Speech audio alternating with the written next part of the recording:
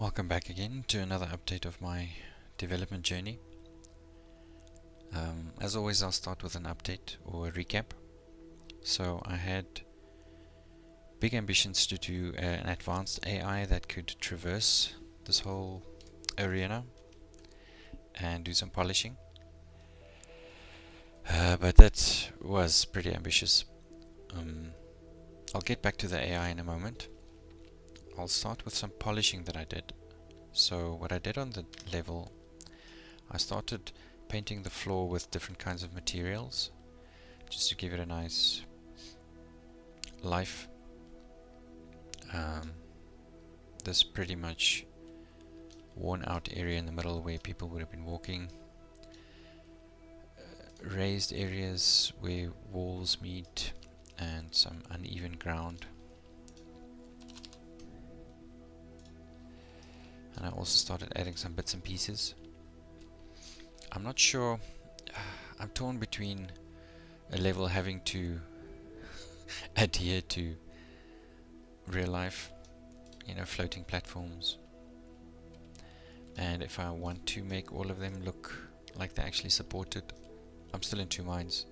Maybe I'll just add some kind of glow here to it's a magical platform, I don't know. But I'll still carry on playing around with that. I also added some tiled floors here, and then I gave this area a lot more life, which turned out very nice. I'll still think about this tiled area here. Maybe it doesn't fit exactly as I wanted, but this passage I really like, and I'll touch on these in a moment. I did a pretty short dive into procedural content generation, and short not because I gave up, it's just because Unreal Engine makes it so easy to do things. But I'll touch on that in a moment. And I also added this ridge all along the edge of the map. So two reasons for this. The first one is obviously just to block off this sharp edge of the landscape. But the more important one is because I have this post process that focuses. What happens is now if I play, there's a very nice depth happening here. Something right in the foreground that's blurred out, giving you the idea that you are in a world playing with this character, which I really, really like. So if we go onto this detailed area, you can see a bit of wetness on the ground, just a bit of life, some water running in the background. So yeah, I'm super happy with this, and it does look like this tunnel at the back leads off to something bigger, which I still have to build out, but I'll get there. So yeah, this I'm really, really happy with. So these tiles, I can show you by a different map.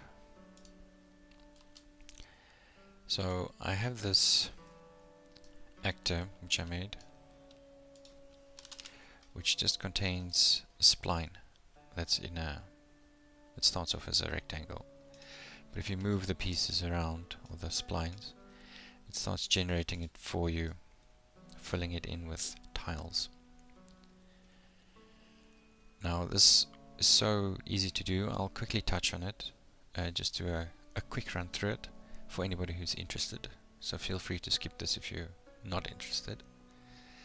But the first step is just to go to the plugins and enable PCG. You'll obviously restart. Once you do though, you end up with this PCG menu here. So I'll just make a little test one here. I started off with a PCG graph, just to have something. We'll visit that in a moment. And then an actor. which I set up as follows. This is strictly not necessary. It's just nice to have a scene component as root. And I added a spline. Now the spline, or to get the square, you delete the endpoint, and then if you right click on this, I'm not sure if it's going to come up or if you'll be able to see it, but if you click on spline generation panel, it gives you a few options of a circle, an arc, square, ellipse, rectangle and line. So I chose the square and just made it a bit bigger. And then what you do need to have to do is make it a closed loop for the PCG to work. Once you do it, it starts doing this nonsense, but you can fix that by just going to spline point type as linear, and that's that set up. And then you add a procedural generation and you set it to the graph that you created. So the graph itself is, I obviously don't know if I'm doing it right. I just toyed around with it. You get your spline data, send it through a spline sampler. You're going to transform the points, and from the points you're going to spawn static meshes. We should be able to see what that looks like. Nothing for now. What you can do is, if you select one of these and you press press D, it debugs it, and you can see it's drawing stuff already, but it's drawing on the outer edges. So you can change this to interior, and this area is just going to come up because what's currently set up is not the intersections is not working. You see it's going over the area, but that'll be fixed as you start working through the meshes and stuff. So I jumped over to the mesh and I added my mesh entries. I have, let's say, tile 01. Let's see what that looks like. Nothing yet.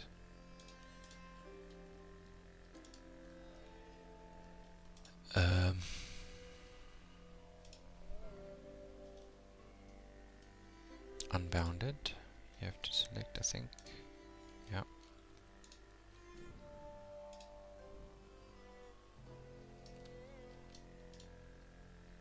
Oh, it's because I'm debugging, that's why.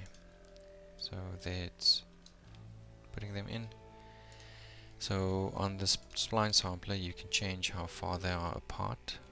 So let's make it less, 56. Yeah, now it starts compacting it, that's a bit too much.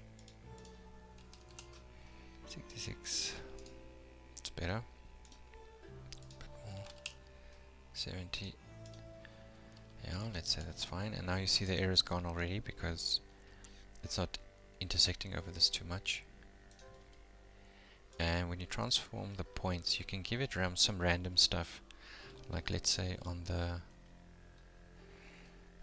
offset on the Z. Let's make it 5.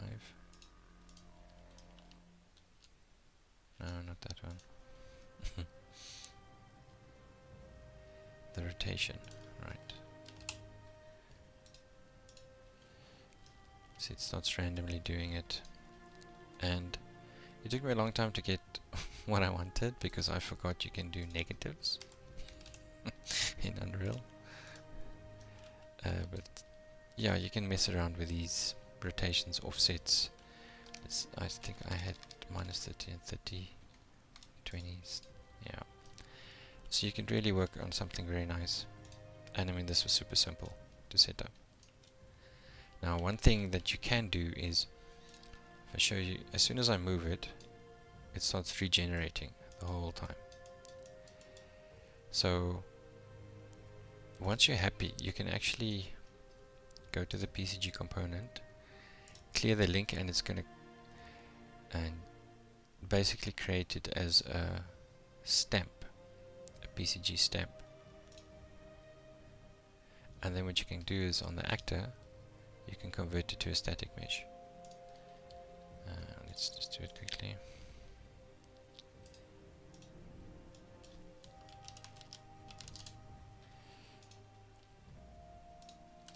So once you have that, you can delete what you have, delete the,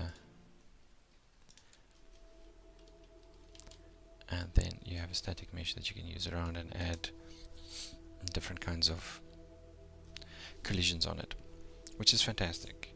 I mean, this is super simple. I don't even know if I'm using it the right way, but that's true for most of the stuff in Unreal. I do want to read up a lot more about the PCG stuff, but it's fantastic. I really enjoy using it or learning more about it. Now moving on to the AI. I made the AI be able to patrol. I used the same thing with a PCG, well, not a PCG, I used the spline in a line. And if we look at what that, he just walks along that and patrols, which is nice. What he also does is, if we remove this, he will start reacting to the player. So he reacts to damage. That movement I still need to fix, that he can't move while he's stunned, but that'll come after. And he reacts on sight, and he also reacts to sound. I made a little, so then he attacks. So the AI is now aware of the player much better, so it does feel like a more challenging opponent and a more alive opponent, which is great. Wonderful. Let's through the level. So that's as far as I got. That actually took quite a long time and a lot of setup to make it work with everything I already had. So I think the aim then for my next, or for this next week, will be to include, well, I'll carry on with maybe this back area and some extra polishing that I can think of as it comes up. Maybe start fleshing out this arena more with some life. But I do really want to, I think in the AI, make a ranged enemy. And then possibly make the enemy able to traverse this, make the jumps and know when it needs to jump, as well as maybe knowing if it can block. So if you're busy with a fight, every now and then the enemy might block the character attacks. Once I'm at that point, then I can actually start putting in spawners everywhere and start playing this as an arena, because then the enemies would be able to walk along some paths. If they hear or see the player, they'll start attacking, and they'll be able to follow the player if they run away. And I think that would already be at a point where it's a meaty kind of game. And then I'll have a second ranged enemy and a close range enemy. So yeah, that's where I'm at this stage. Thank you so much for joining me, and I hope to see you next week.